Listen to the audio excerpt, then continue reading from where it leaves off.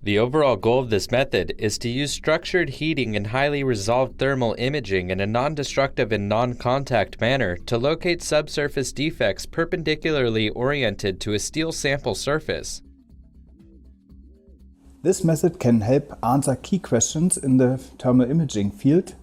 For instance, how small and how deep a defect can be in order to be detected.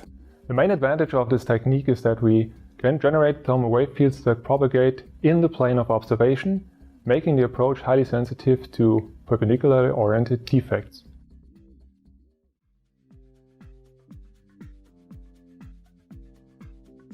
This laser-projected photothermal thermography system is arranged on a benchtop breadboard. This system has undergone most of the preparatory steps required for use in an experiment.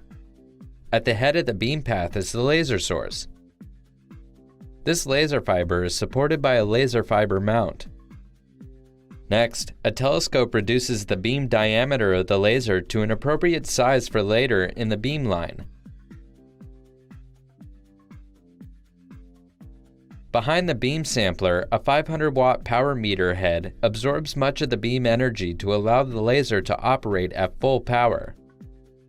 From beam sampler, the beam continues via a mirror to a projector development kit.